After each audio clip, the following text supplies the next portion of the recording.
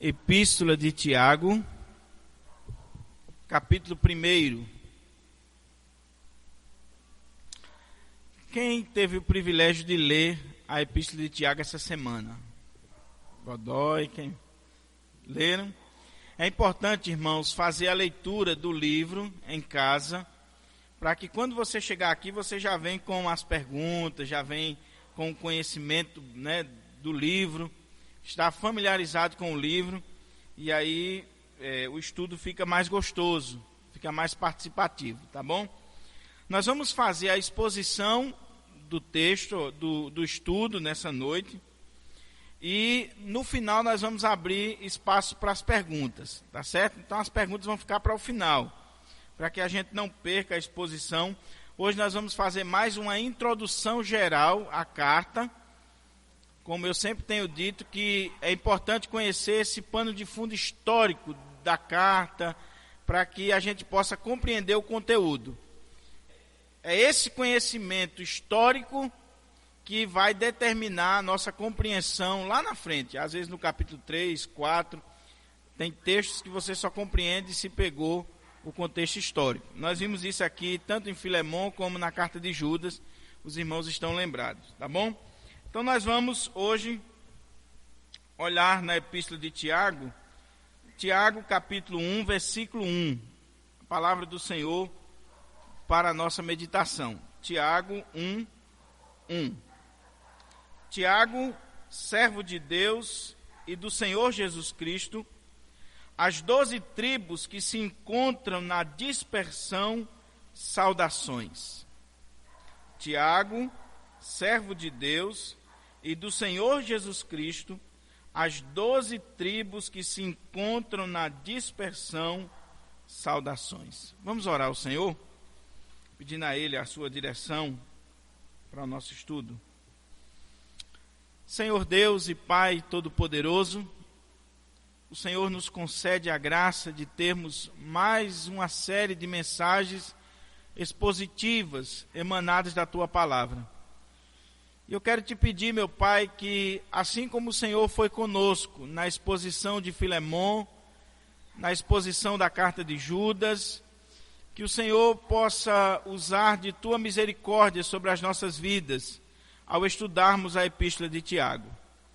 Fala conosco, Senhor, trabalha o nosso coração, trabalha a nossa vida, e faz com que essa palavra se torne prática no nosso dia a dia. É assim que eu te oro, que eu te agradeço, em nome de Jesus. Amém. Amém. Meus irmãos, hoje nós estaremos nos detendo apenas nesse versículo 1. Tiago, servo de Deus e do Senhor Jesus Cristo, as 12 tribos que se encontram na dispersão, saudações. Nós vamos, na verdade, fazer uma introdução geral à carta de Tiago, tá certo? Uma introdução geral. Algumas coisas eu coloquei aqui como destaque, à guisa de introdução, para que a gente possa ir se situando na carta de Tiago. Em primeiro lugar, a carta de Tiago é considerada pela maioria dos estudiosos o livro de Provérbios do Novo Testamento.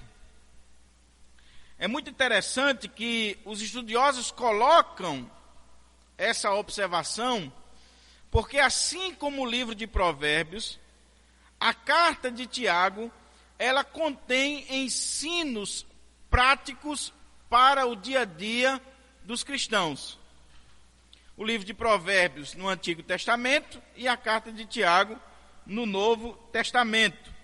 É interessante dizer que Tiago ele não está preocupado em discutir teologia ou doutrina, mas a sua preocupação é conclamar a igreja a uma vida de santidade, a uma vida pura diante do Senhor. Ele coloca para nós que não basta apenas sermos ortodoxos, termos a doutrina correta, mas nós devemos ser, sobretudo, ortopráticos, praticarmos aquilo que nós cremos, a doutrina que nós aprendemos. A outra coisa é que a carta de Tiago, ela pertence a um conjunto de literatura na Bíblia denominada de sapiencial ou literatura de sabedoria. No Antigo Testamento nós temos Jó, Provérbios e Eclesiastes, que são tidos como literatura sapiencial ou de sabedoria. No Novo Testamento, quem ganha esse destaque é a carta de Tiago, tá certo? A outra coisa é que a carta de Tiago, ela pertence àquilo que os estudiosos colocaram como escritos gerais ou cartas católicas. Católica não no sentido de católica apostólica romana, mas no sentido de universal. Por que isso? Porque essa carta, ela não foi endereçada a uma igreja específica ou a uma pessoa. Ela é uma espécie de circular que andava por todas as igrejas do primeiro século. Tá certo? Então ela pertence ao grupo das chamadas epístolas gerais ou católicas, como 1 e 2 Pedro, 1 e 2 e 3 João e Judas, e alguns estudiosos também colocam a carta aos Hebreus como uma carta geral, tá certo? É muito interessante ainda destacar para os irmãos que Hernandes Dias Lopes, comentando a carta de Tiago, ele compara a carta de Tiago, e ele está fazendo citação de outros comentaristas, ao Sermão do Monte. Na verdade, ele diz que Tiago é uma espécie de comentário do Sermão do Monte. E quando você lê a carta de Tiago, se você lê com cuidado, com paciência, com devoção, e comparar com Mateus capítulo 5, 6 e 7, você vai ver que realmente existe um paralelo aí. Existe uma ligação muito forte, muito íntima, entre a carta de Tiago e o Sermão do Monte, que está registrado lá em Mateus 5 ao 7. E quando a gente vai pesquisar mais um pouco, a gente vê que talvez quem melhor trabalhou essa relação foi um comentarista muito famoso, que inclusive a obra dele foi lançada recentemente no Brasil, o Eisber. O Eisber, ele avaliou o Sermão do Monte e a carta de Tiago, e ele faz uma ligação entre o Sermão do Monte e a carta de Tiago. E ele chega a dizer o seguinte, ele faz um gráficozinho, e ele coloca o seguinte: Tiago 1 e 2, se você comparar, vai casar direitinho com Mateus 5, 10 ao 12. Tiago 1, 4 vai casar com Mateus 5, 48.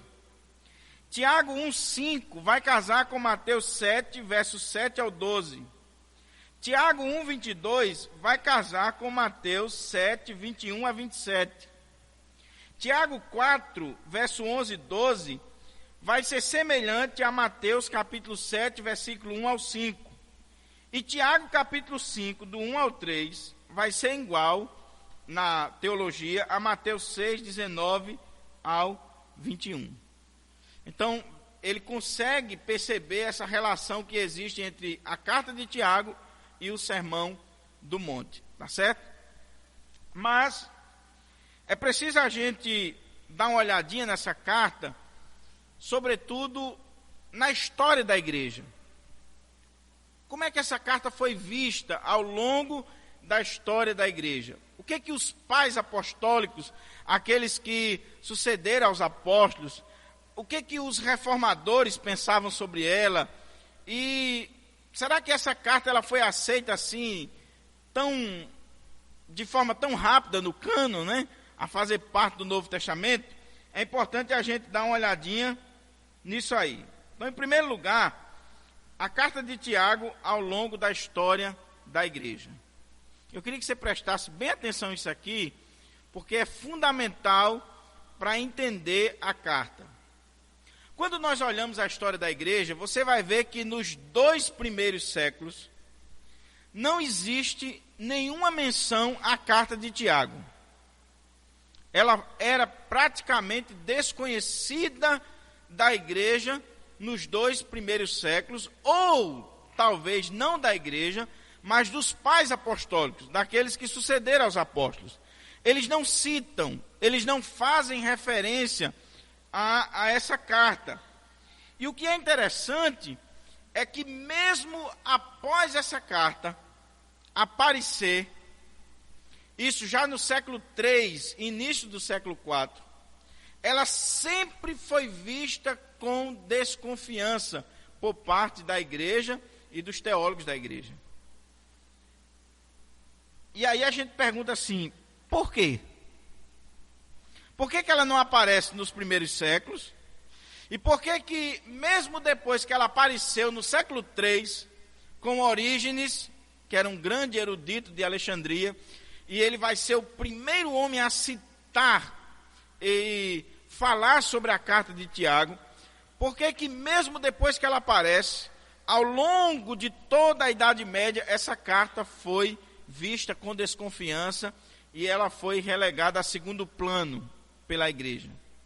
É uma pergunta que nós devemos estar trabalhando no nosso coração. Sobretudo se eu entender que a carta foi escrita por um irmão de Jesus, e que era famoso, e que era o presidente da igreja de Jerusalém, aquele que presidiu o concílio de Jerusalém. Então, alguma coisa está errada aí, pelo fato dessa carta não ter uma presença tão forte entre os pais apostólicos. É interessante que quando você vai olhar, mesmo no século XVI, essa carta foi vista com desconfiança. Lutero, que é o grande reformador, o pai do movimento protestante, Lutero, ele tinha uma aversão à carta de Tiago. Lutero, quando traduziu a Bíblia para o alemão, Lutero traduziu a carta de Tiago, mas ele colocou como um apêndice da sua Bíblia, e quando ele fez o sumário, a relação dos livros e enumerou os livros, ele não colocou a carta de Tiago, assim como a carta de Judas e outras cartas, tá certo? Ele desprezou completamente, ele chega a chamar a carta de Tiago de carta de palha, e por ele tinha eliminado da Bíblia completamente. Veja que essa cartinha sofreu para entrar na lista dos livros inspirados. O historiador Eusébio, que é não o Eusébio diácono aqui da igreja, mas o Eusébio lá de Cesareia, né? Ele coloca essa carta entre os livros disputados ou antilegômenas. Aqueles livros, aquela lista de livros que se tinha desconfiança deles. Eles foram sendo aceitos no cânon sagrado, mas a igreja sempre olhou com desconfiança. E quando Eusébio vai fazer a lista dos livros inspirados, ele coloca Tiago, Judas e Pedro. Depende da linha da igreja, se é a igreja grega, se é a igreja síria, se é a igreja latina. Eles têm uma lista que eles chamam de antilegômenas, os livros que são vistos com desconfiança e que são disputados, tá certo? É interessante quando você vai ver que essa carta ela foi sendo aceita na igreja de forma gradativa e precisou que Deus levantasse homens e dissesse, não, ela tem que fazer parte do cânon, ela é importante, não existe contradição nela e ela é inspirada por Deus. Na igreja latina, por exemplo, o primeiro escritor a citar a carta de Tiago, palavra por palavra, é um camarada chamado Hilário. E ele faz isso numa obra intitulada De Trinity, escrita mais ou menos por volta de 357 depois de Cristo. Ele é o primeiro escritor latino a fazer referência, palavra por palavra, à carta de Tiago nessa obra dele. Ele estava falando sobre a Trindade e ele faz referência a Tiago. Mas na igreja latina, a carta de Tiago, ela só vai ser aceita por causa de duas figuras importantes para essa igreja. Primeiro, Jerônimo, que foi o tradutor da Bíblia, da Vulgata Latina. Jerônimo, quando ele traduziu a Vulgata, ele incluiu a carta de Tiago, e ele não tinha dúvidas de que era uma carta inspirada por Deus, e ele lutou por isso. E o grande teólogo chamado Agostinho de Hipona.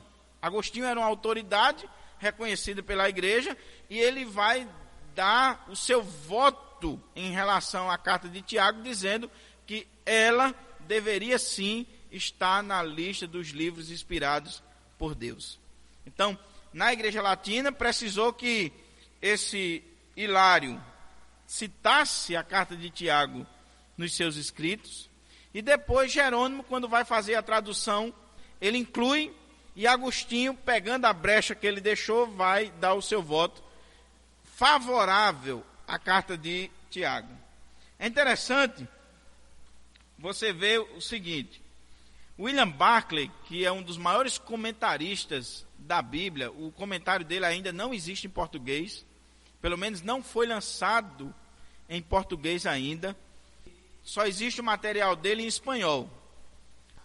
E Barclay, ele diz assim, é muito interessante o que ele coloca sobre essa aceitação da carta de Tiago na Igreja Latina. Ele diz assim: então, se Tiago apareceu tão tardiamente na Igreja Latina, e só no século III, e se mesmo depois de fazê-lo ainda foi considerado com certa incerteza, como chegou a integrar-se no Novo Testamento? A influência promotora foi a de Jerônimo, pois ele, sem vacilar, incluiu Tiago em sua versão Vulgata do Novo Testamento. Mas até então, há uma matiz de dúvida. Em seu livro, Jerônimo diz: Tiago, que é chamado irmão do Senhor, escreveu somente uma epístola, a qual é uma das 7 epístolas católicas, e a que, segundo alguns dizem, foi publicada por algum outro sob o nome de Tiago. Existia uma dúvida, e a gente vai falar aqui quando chamarmos a atenção para o autor: quem é esse Tiago? Era muito comum naquela época alguém escrever um livro, é aquilo que eles chamam de pseudoepígrafe. Você escreveu um livro e você dedicava ou colocava como autor alguém famoso. Assim, pois, persiste aqui o acento de dúvida. Jerônimo aceitou a carta plenamente, mas notava a existência de algumas dúvidas quanto a quem era o autor. Como foi então dissipada finalmente a incerteza na Igreja Latina? Foi porque Agostinho aceitou plenamente a Tiago e não duvidou de que o Tiago em questão era o irmão de Nosso Senhor. Agostinho, que é tão venerado pela Igreja Católica, né? Tiago emergiu tardiamente na Igreja Latina. Durante longo tempo, houve uma espécie de interrogante contra ele, mas a inclusão que desta epístola fez Jerônimo na Vulgata e a plena aceitação por parte de Agostinho levaram finalmente a Igreja, que depois de muita luta, ao seu reconhecimento total e definitivo. Então veja que essa cartinha ela não chegou assim por acaso. Ela chegou debaixo de luta, de perseguição, de opiniões contrárias, e foi preciso que Deus levantasse autoridades para defendê-las. William Barclay ainda chama a atenção para a posição da Igreja Católica, isso agora no Concílio de Trento, em 1546, em relação à carta de Tiago. Ele diz assim: em realidade, ainda terá que ver a posição de Tiago dentro da Igreja Católica Apostólica Romana. Em 1546, o Concílio de Trento estabeleceu definitivamente a Bíblia Católica Apostólica Romana. Então foi promulgada uma lista de livros, a qual nenhum livro podia ser acrescentado e da qual nenhum livro podia ser omitido. Livros estes que deviam ser lidos na versão Vulgata exclusivamente. Os livros foram divididos em 2 classes. É importante você saber disso aqui, porque até hoje a Igreja Católica mantém essa divisão nos livros da sua própria Bíblia. Tá certo? 2 classes. Por um lado, estavam os protocanônicos. quer dizer, aqueles sobre os quais nunca tinha havido dúvida alguma e que inquestionavelmente tinham sido aceitos desde o princípio. Esses são os protocanônicos. Por outro lado, estavam os deuterocanônicos, ou seja, aqueles que só gradualmente tinham obtido sua entrada no Novo Testamento. A Igreja Católica Romana jamais teve dúvida alguma a respeito de Tiago, mas, mesmo assim, este livro foi incluído na segunda classe. Se você prestar atenção, quem foi católico aqui, você vai ver, por exemplo, os 7 livros a mais. Eles são considerados pela Igreja Católica deuterocanônicos, porque eles só foram aceitos e incluídos na Bíblia Católica em 1546. E Tiago faz parte dessa lista. Eles aceitam, mas veem com certa desconfiança. Eles têm dúvida. O livro ainda está sobre a mesa para ser discutido. Eles ainda analisam a questão. Então veja que é importante nós sabermos disso, porque de repente você está conversando com alguém e a pessoa, mas a Bíblia Católica tem 7 livros a mais, né? Qual é a Bíblia verdadeira? É a de vocês ou a Bíblia Católica? A Bíblia Católica tem 7 livros a mais, mas esses 7 livros são vistos com desconfiança pela própria igreja. Eles não têm esses livros como plenamente inspirados por Deus. Eles têm dúvida, tá certo? Agora, então, primeiro essa aceitação de Tiago na história. Nos primeiros séculos não aparece, nos 2 primeiros. Depois, Orígenes, que é ligado à igreja grega, ele vai fazer referência a Tiago, e aí ela aparece pela primeira vez no século III. Quando ela aparece, a igreja latina, Hilário, vai citar em uma obra de teologia.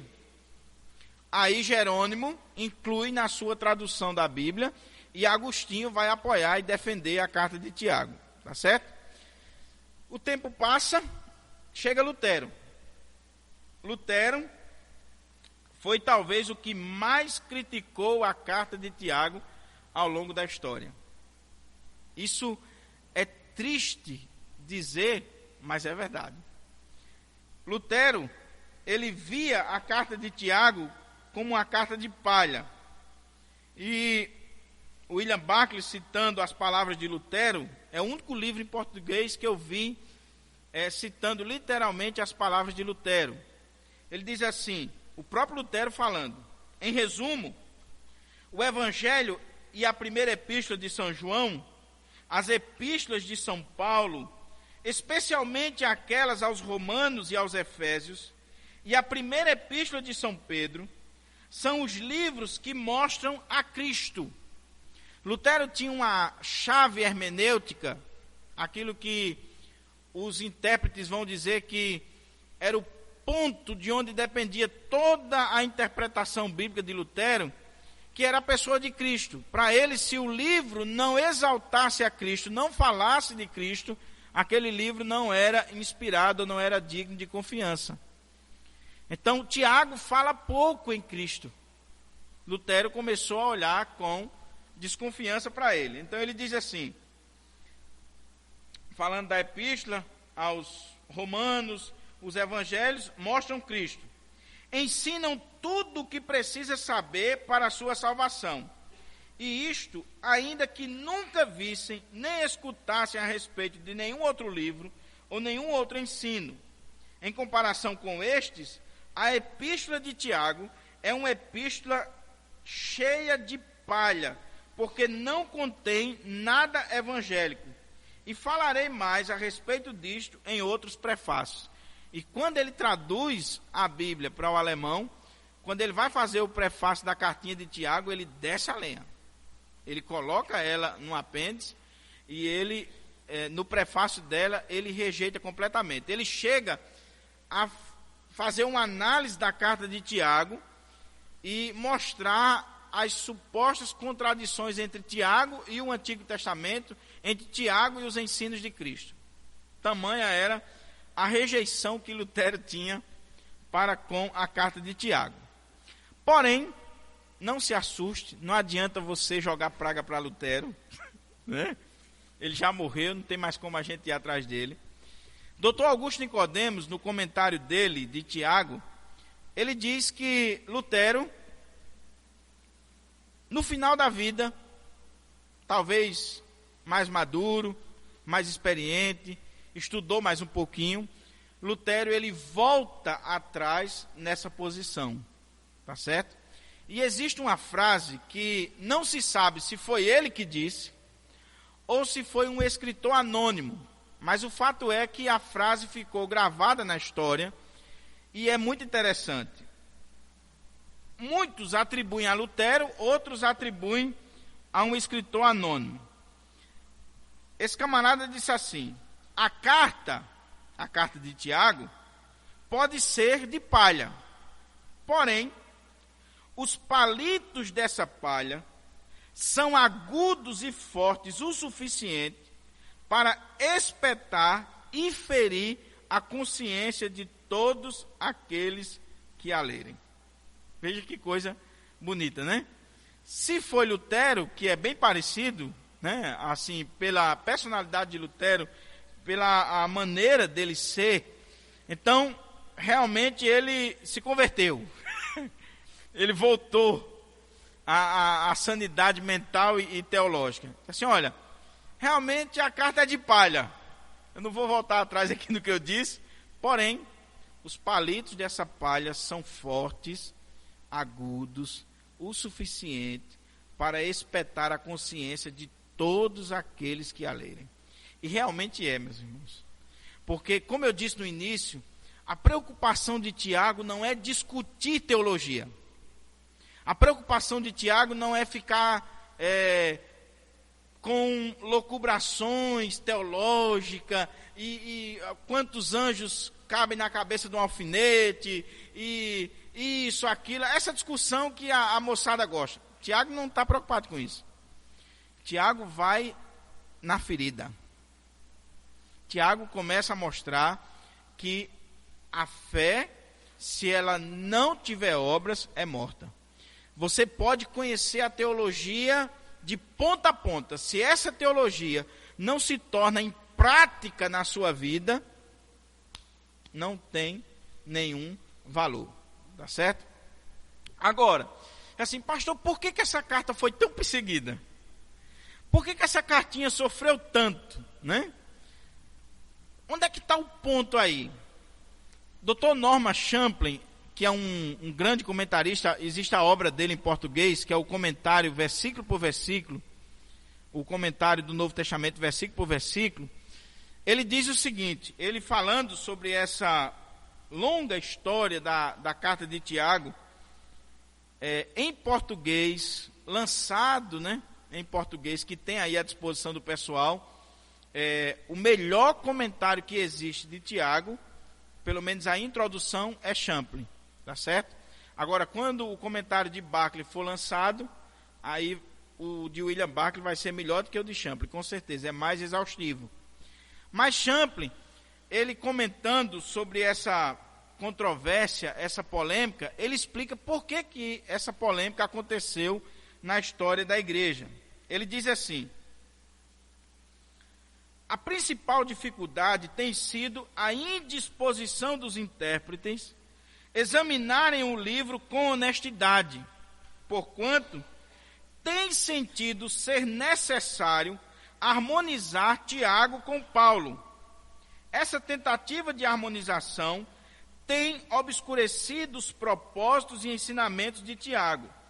Quão facilmente os intérpretes cristãos deslizam para a defesa da teologia sistemática a qualquer preço. Deixa eu explicar isso aqui para os irmãos. Por que Lutero tinha essa aversão à carta de Tiago? Lutero, ele levantou uma bandeira, que é o lema da reforma, que é o tema da reforma, que é a justificação pela fé somente. Lutero, ele estava vendo a igreja apregoando uma salvação pelas obras. Quando ele olhava para esse texto de Romanos 1, 16, 17, que fala que Deus no Evangelho é revelada a justiça de Deus, Lutero ficava dizendo assim, puxa vida, se Deus é justo, eu sou pecador, eu estou frito diante de Deus. O que eu tenho que fazer para me justificar diante de Deus? Então a igreja dizia, você tem que fazer boas obras. Você tem que fazer penitência. Você tem que se confessar diante do sacerdote. Você tem que dar esmolas. Você tem que participar das missas. Você tem que comprar as relíquias. Então a igreja apregoava uma justificação a partir das obras. E até hoje é assim na teologia católica. Lutero começou a pensar a questão e ele disse assim, não pode ser assim. E diz a história que quando Lutero chega em Roma, ele vai visitar Roma, e ele viu tanta coisa ruim, tanta coisa feia que era realizada em nome da fé, que ele voltou de lá decepcionado. E angustiado também, porque a alma dele desejava ser justificado diante de Deus e ele não via como, porque quanto mais ele orava, quanto mais ele se confessava, quanto mais ele fazia sacrifícios, mais ele se sentia um pecador. Então, tem um episódio da vida de Lutero que chega a dizer o seguinte, que Lutero se confessava tanto que um dia o seu superior disse, olha Lutero, quando você vir se confessar a mim, confesse tudo. Não deixe nada não, confesse tudo que eu não aguento mais, tá certo? E por misericórdia de Deus, por graça de Deus, esse homem, para inquietar a alma de Lutero, ele manda Lutero para estudar teologia. E foi ali onde Lutero vai encontrar a bênção. Então Lutero, um dia ele está expondo a carta de Romanos, ele era um doutor, um exegeta bíblico, ele está expondo, e quando ele bateu o olho em Romanos 1,17, ele disse, aqui está a resposta. Eu não sou justificado diante de Deus pelas minhas obras. Eu sou justificado diante de Deus pela fé. A fé naquilo que o Senhor Jesus já realizou por mim. E por isso que o texto está dizendo que a justiça de Deus se revela no Evangelho. É naquilo que Cristo fez e não no que eu faço. Lutero diz que é como que as portas do paraíso se abriu diante dele. Ele descobriu a grande doutrina da justificação pela fé. Isso não é o que eu faço, não é o que eu deixo de fazer, é o que Deus fez por mim. É o que Deus fez por mim.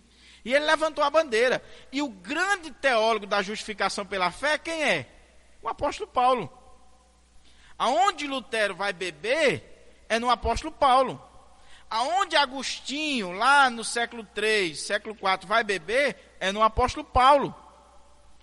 Então, Paulo é o grande teólogo da graça, da justificação pela fé. Lutero está levantando essa bandeira. Aí chega Tiago, na carta dele, e diz, não, você acha que o homem é justificado diante de Deus pela fé somente? Não. A fé sem as obras é morta. Será que foi só pela fé que Abraão foi justificado? Ele foi justificado quando ele foi lá oferecer o filho dele. Então os teólogos entraram em parafuso. Quem é que está certo? Paulo ou Tiago? O que você diz? Quem está certo? Paulo ou Tiago? Foi esse ponto que causou toda a discussão e rejeição em relação à carta de Tiago.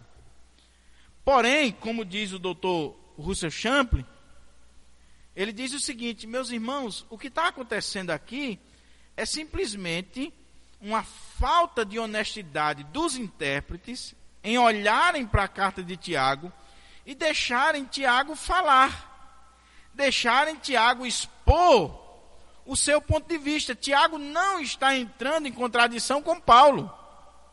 Paulo está olhando um lado da moeda e Tiago está olhando o outro. Não existe contradição. Se você analisar com paciência, com calma, você vai ver que não existe contradição. Enquanto Paulo está falando do fundamento da justificação, Tiago está falando das consequências, dos resultados. Não há contradição.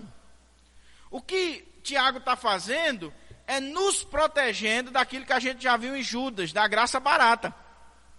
Eu sou justificado pela fé, pela graça de Deus eu sou salvo, então, aquilo que eu faço ou deixo de fazer não influencia, não tem nenhum problema eu viver no pecado. Aí Tiago diz, olha o dedinho, o que vai provar que você é justificado diante de Deus é se você manifesta obras.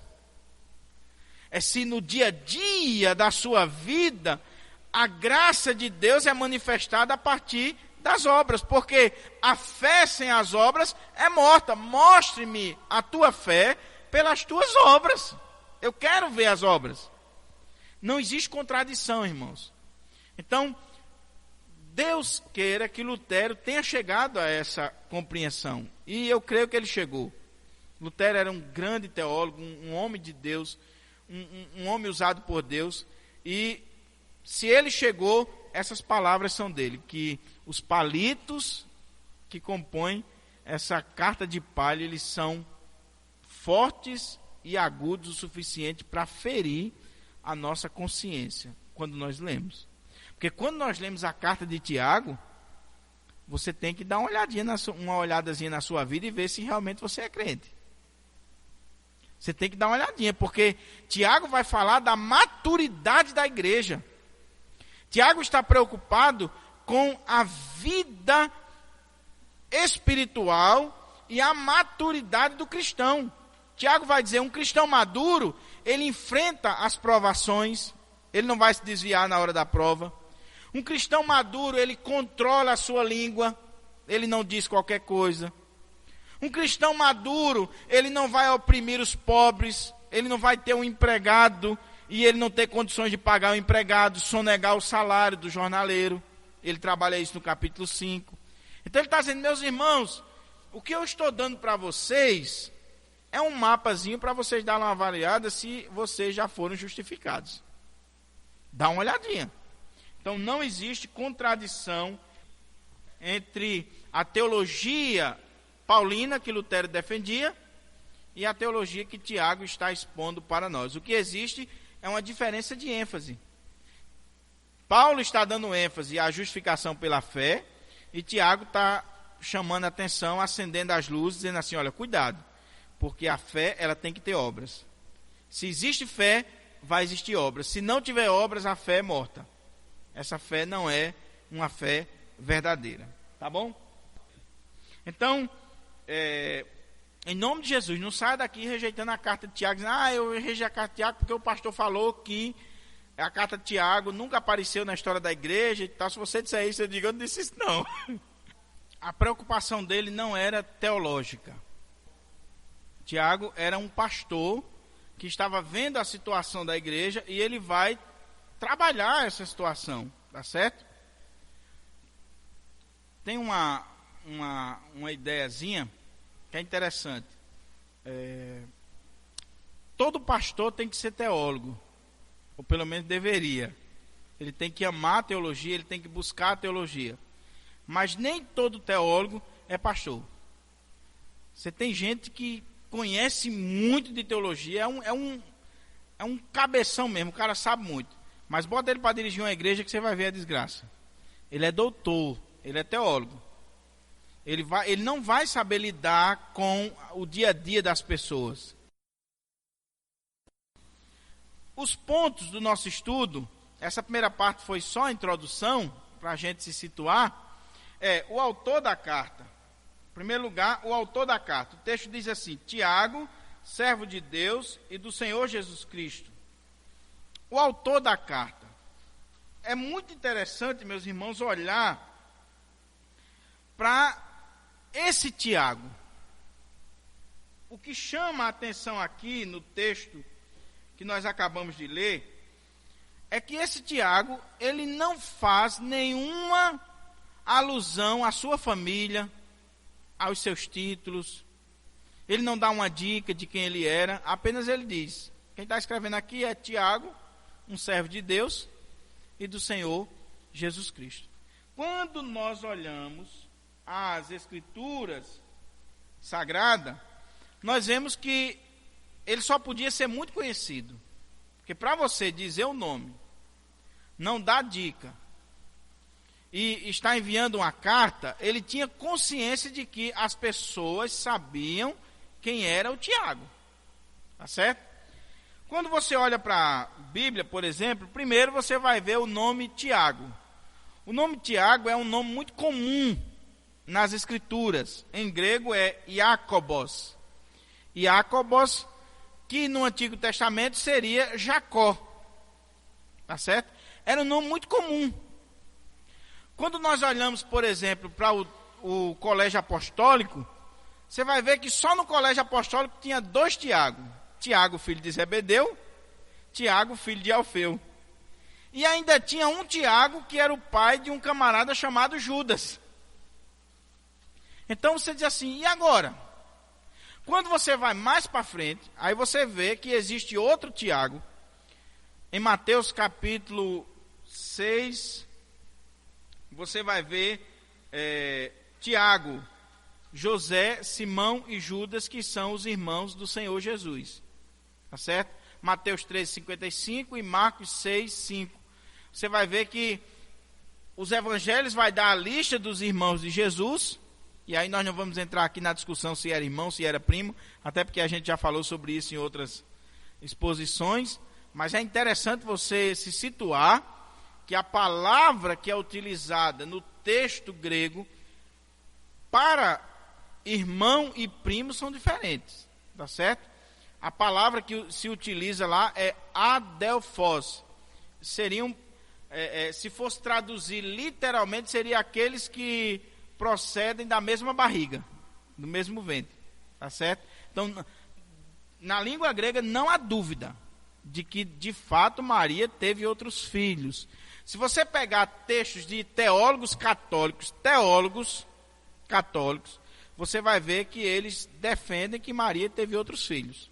Eu peguei recentemente um comentário da editora Paulus, que é uma editora católica, de um padre que é um grande exegeta da Bíblia. O cara conhece hebraico e grego profundamente, um comentarista muito bom, Ivo Storniolo, e ele coloca lá que era irmão mesmo. Porque o teólogo, ele não está submisso à sua denominação. O teólogo, ele está submisso à Escritura. É assim que nós devemos ser. Eu não posso aceitar uma doutrina só porque é presbiteriana. Eu tenho que aceitar uma doutrina se essa doutrina estiver de acordo com a palavra de Deus. Porque senão eu sou pior do que um católico romano. Tá certo? Então, quando você olha esse Tiago, que é irmão de Jesus, e pela lista do evangelho ele seria o mais velho, porque ele sempre aparece em primeiro lugar. Os teólogos não têm dúvida de que foi ele que escreveu essa carta. Por quê? Porque é esse Tiago, irmão de Jesus, que Paulo vai dizer que quando chegou em Jerusalém, viu ele, lá em Gálatas capítulo 1. Ele vai presidir o concílio de Jerusalém em Atos capítulo 15. Isso mostrando para nós que ele é o pastor da igreja de Jerusalém. Tá certo? Como os seus irmãos, eles só acreditaram em Jesus após a ressurreição de Jesus. Antes eles não acreditavam. E é até natural, você, imagina aí, você é irmão de Tenório, joga bola com ele, come pipoca, brinca, vai para lá, vem para cá, faz física ali na pracinha, e daqui a pouco Tenório sai dizendo que é Deus. Você está doido mesmo. Você está maluco, eu sou teu irmão, convivo com você está dizendo que é Deus? Né? Igual aquela história que o cara chegou, só para descontrair um pouco, embora irmão sobrinho não goste, né? Mas o cara chegou no hospital e estava um doido lá dizendo que era Jesus, que era Jesus, que era Jesus, que era Jesus. E o médico entrou e disse: meu amigo, que história é essa, você dizendo que é Jesus? Ninguém dorme, ninguém consegue fazer nada, você dizendo que é Jesus. Quem foi que lhe disse isso? Aí o rapaz que estava muito agoniado disse, foi Deus. Aí tinha um doido bem caladinho do outro lado, disse assim, eu não disse isso a você não. O mais quieto era pior, né?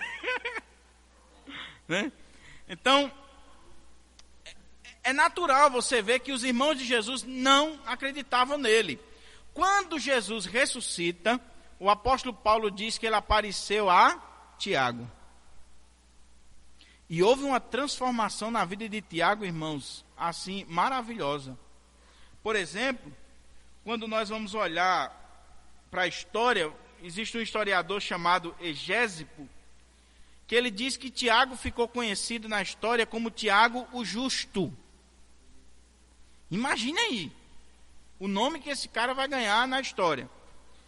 E isso, por causa de sua extraordinária piedade, seu zelo em obedecer à palavra de Deus, sobretudo o Antigo Testamento, e por destacar-se em sua vida de oração tão intensa e frequente, que lhe deram o apelido de Tiago, joelho de camelo.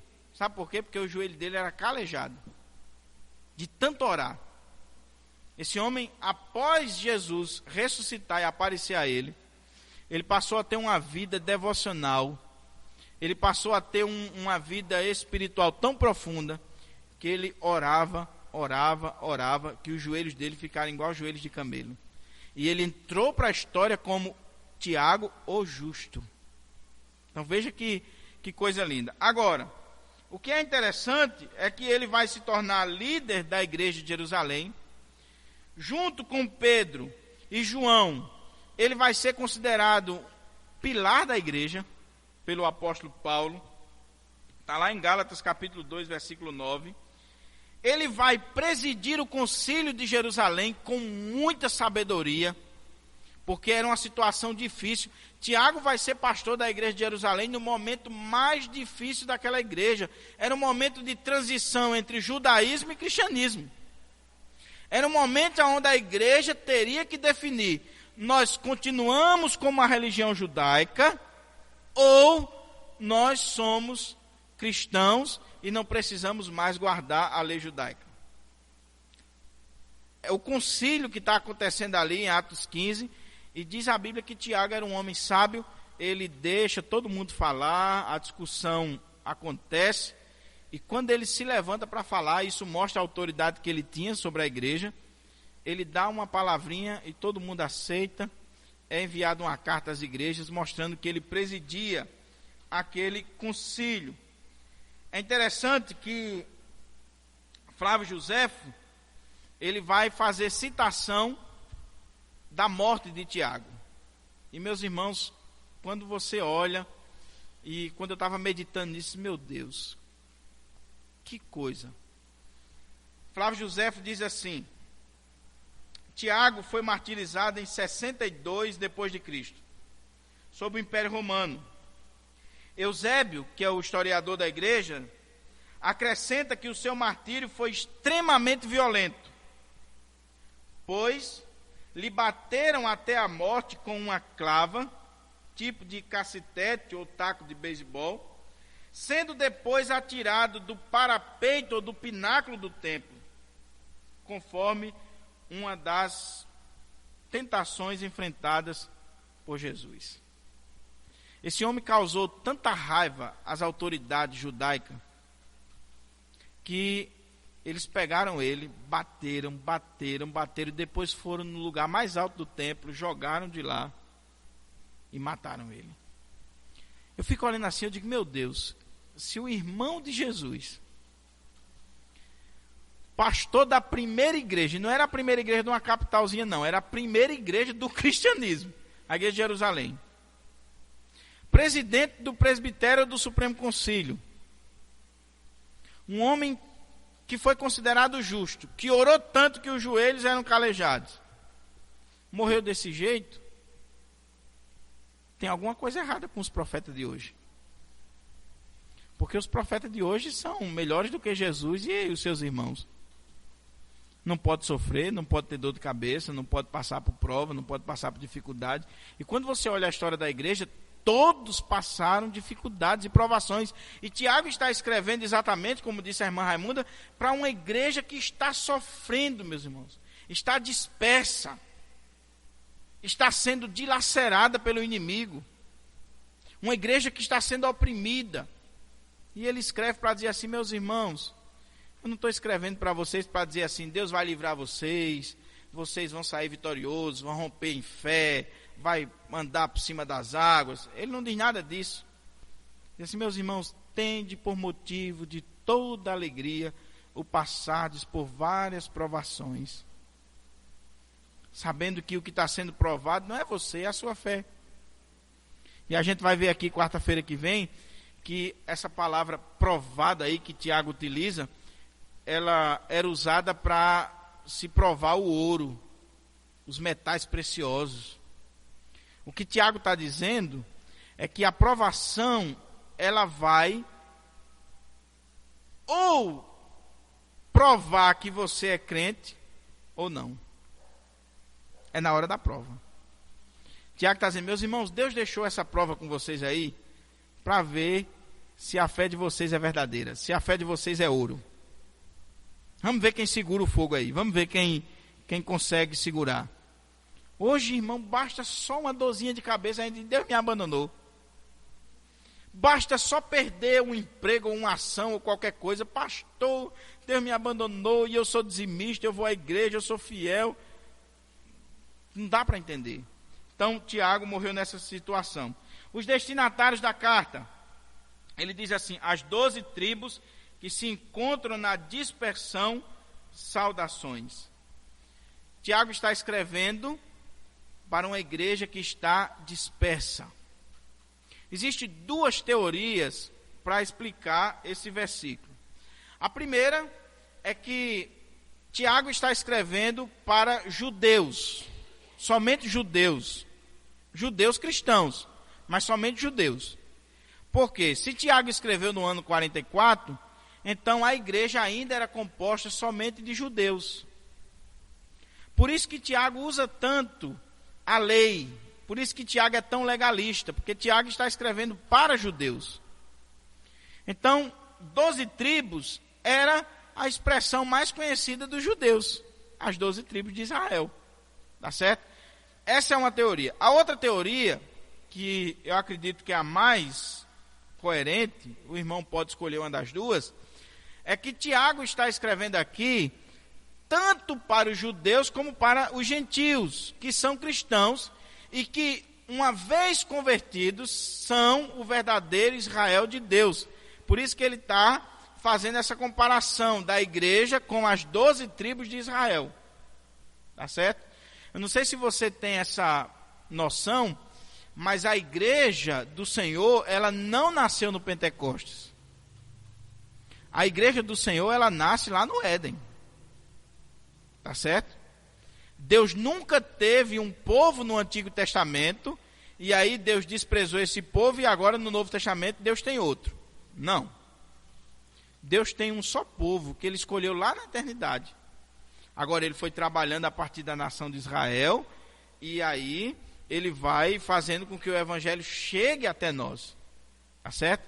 Deus só tem um povo, seja na antiga ou na nova aliança, Deus só tem um povo, uma igreja. O que aconteceu em Atos foi o derramamento do Espírito Santo sobre a igreja do Senhor. Mas a igreja sempre existiu, até o derramamento do Espírito Santo tinha no Antigo Testamento. Tá certo? Não de forma permanente, ele vinha para obras específicas, mas era derramado. E no Novo Testamento ele agora veio de vez. Tá certo? Então essa é a teoria que eu acho mais coerente.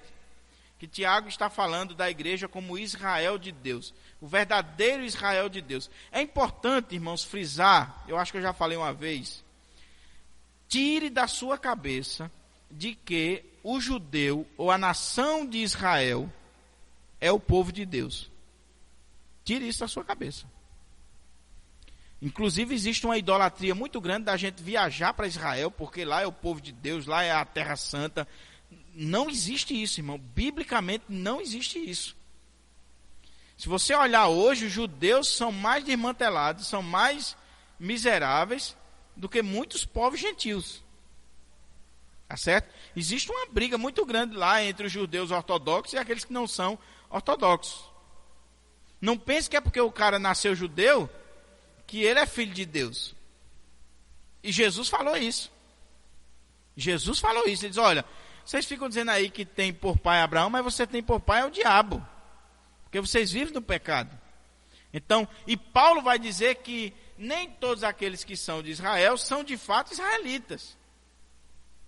O verdadeiro Israel de Deus, meus irmãos, não é o judeu que nasce lá na Palestina. O verdadeiro Israel de Deus sou eu e você que cremos em Jesus Cristo.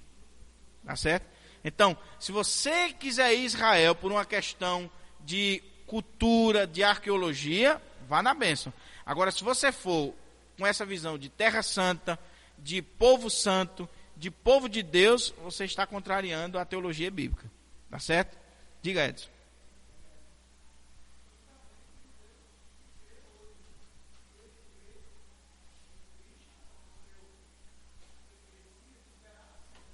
Se ele não crê, ele pode ser judeu ortodoxo, mas ele não vai ser salvo. Tá certo? Silvio Santos é judeu, é filho de judeu, e ele segue a religião judaica. Eu vi uma entrevista dele, ele dizendo que quando chega na sexta-feira, ele faz jejum completo, inclusive de água. Ele tem um comprimido dele, que ele toma lá para dormir, que ele não pode deixar de tomar, ele toma sem água na sexta-feira, para não quebrar o jejum. Mas sabe o que ele disse sobre Jesus um dia na entrevista da Veja? Que Jesus não passava de um político. Ele é judeu, mas se ele não for trabalhado pelo Espírito Santo e se converter, ele vai para o inferno, como judeu. Porque ele não aceitou a Cristo como seu Salvador. Tá certo? Então, eu creio nessa segunda interpretação, que Tiago está falando da igreja, e não somente dos judeus. Por último, meus irmãos, para abrir espaço para pergunta, não, em penúltimo lugar, o outro ponto é mais rápido, a data da escrita dessa carta. Os estudiosos ficam na dúvida se Tiago escreveu entre o ano 44 ou o ano 62. É interessante você olhar, por exemplo, se você pegar o comentário da Bíblia de Genebra, a Bíblia de Genebra vai esticar lá para o ano de 62, que é mais ou menos o período da morte de Tiago. Eu coloquei aqui uma observação de um professor da Rádio Transmundial, que é o pastor Itami Neves. Ele diz assim: esta carta foi escrita aproximadamente em 45 depois de Cristo, essa é a posição dele. Provavelmente antes de 48, época do concílio de Jerusalém, não há nenhuma menção à controvérsia e à solução do concílio de Atos 15. Se o concílio aconteceu em 48 e 49, e Tiago está escrevendo depois, por que ele não fez nenhuma referência ao concílio? É a questão que o pastor está colocando. É provavelmente o livro mais antigo do Novo Testamento. Já para os comentaristas da Bíblia de Genebra, Tiago escreveu entre os anos 44, o ano que marcou o início da perseguição à igreja, e o ano 62, que foi o ano da morte de Tiago. Então existe essa lacuna, os teólogos ficam se debatendo sobre essa questão. Ele escreveu em 44, ano que começa a perseguição, e aí o texto vai mostrar exatamente os cristãos dispersos, muito sofrimento, muita angústia entre eles. Ou ele está escrevendo depois do concílio de Jerusalém, já no ano de 62, próximo à sua morte. Aí fica para o seu cuidado. Concluindo, o propósito da carta. Quanto ao propósito da carta, eu concordo com os intérpretes que comentaram a Bíblia de Genebra, pois, segundo eles, o objetivo de Tiago é ensinar a sabedoria de Deus para perseverar em meio às dificuldades até o retorno de Cristo. É com isso que Tiago está preocupado no livro. Tiago está escrevendo para uma igreja perseguida, para uma igreja que está debaixo da provação, está na fornalha de Deus, E ele está escrevendo para fornecer sabedoria para aqueles irmãos enfrentarem isso e chegarem às mansões celestiais. Tá certo? 3 coisas eu quero destacar para os irmãos, para abrir espaço para perguntas. Nós teremos 10 minutos ou 15. Primeira coisa que chama a atenção nesse texto é a humildade e simplicidade de Tiago. Ele começa dizendo assim: aqui quem fala é um servo. A gente já viu aqui que essa palavra servo, que aparece na nossa Bíblia, eu não sei como é que a NVI traduziu, Edson, mas o texto grego é doulos, que significa escravo. Tá certo? Um escravo mesmo. Nós não sabemos o que é escravo, porque nós temos direitos, nós temos, né, todo um aparato que nos protege. O escravo não tinha direito de nada. O escravo tinha um senhor que podia tirar-lhe a vida a hora que quisesse. Tiago olha para o Senhor Jesus e diz: eu sou servo dele. Ele é humilde, ele é simples. Ele poderia dizer, eu fico pensando assim, se Tiago fosse os pastores de hoje, né? Aqui quem fala é o pastor da primeira igreja de Jerusalém. Outra coisa, eu sou irmão de Jesus, o fundador da igreja. Outra coisa, você já viu falar que eu oro muito? Que eu sou poderoso? Olha, se eu colocar você diante de Deus, você vai...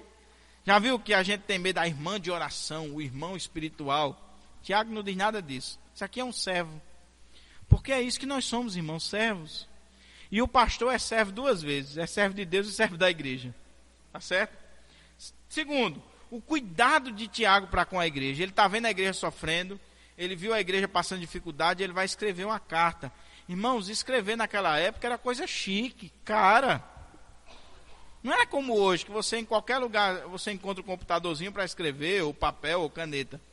Naquela época demandava dinheiro. E outra coisa, ele está escrevendo uma carta que vai rodar pelas igrejas, é uma circular. Isso mostra o cuidado pastoral de Tiago. Ele teve o coração movido pela necessidade da igreja. E em terceiro, a sua autoridade. Embora Tiago seja humilde, quando ele se coloca em relação a Deus, ele diz: eu sou um servo. Na carta de Tiago, ele está falando como pastor da igreja. E a carta de Tiago é a carta que tem mais imperativos ou ordens de todo o Novo Testamento. Tiago não pede favor, não. Tiago ordena. Porque ele está falando debaixo da autoridade de Deus. Se ele está falando debaixo da autoridade de Deus, ele não precisa pedir favor à igreja. Ele tem que ordenar a igreja. E é isso que a igreja, meus irmãos, muitas vezes não entende. Que não é a vontade do pastor, é a vontade de Deus. Se é a vontade de Deus, o pastor não deve pedir licença, o pastor não deve pedir permissão, ele deve ordenar. Ele deve usar a autoridade, sem medo, sem constrangimento, sem achar que vai ferir ou não vai. Ele tem que ser fiel a Deus. Não adianta você não querer constranger a pessoa, não querer machucar a pessoa, não querer que ela saia da igreja e tal, e chegar diante de Deus e acontecer o que acontece lá no livro de Malaquias. O Senhor diz assim: eu vou jogar cocô na sua cara. Eu quero que alguém feche a porta da igreja, porque vocês não estão sendo fiéis, os sacerdotes. Tiago é fiel. Tiago escreve para aquela igreja e diz: olha, meus irmãos, ou vocês se convertem, ou eu quero dizer uma coisa para vocês: a fé de vocês é morta. Ou vocês suportam as provações com alegria, ou vocês não são crentes. A prova está mostrando que vocês não são crentes. Hoje não. Hoje o irmão sai da igreja e diz: pastor também não era reconhecido na igreja, né? Ninguém deu uma tapinha nele, ninguém elogiou ele fazia tudo na igreja, nunca recebeu um elogio do Senhor. Aí por isso que ele saiu, aí hoje está no mundo bebendo, não sei. Não, irmão, ele saiu porque ele não era dos nossos. Porque se ele fosse dos nossos, ele podia até ser humilhado, ele podia até sofrer perseguições, mas ele estava ali porque a fé dele não estava no pastor, na igreja ou em quem quer que seja, estava em Deus. Tá certo? Então,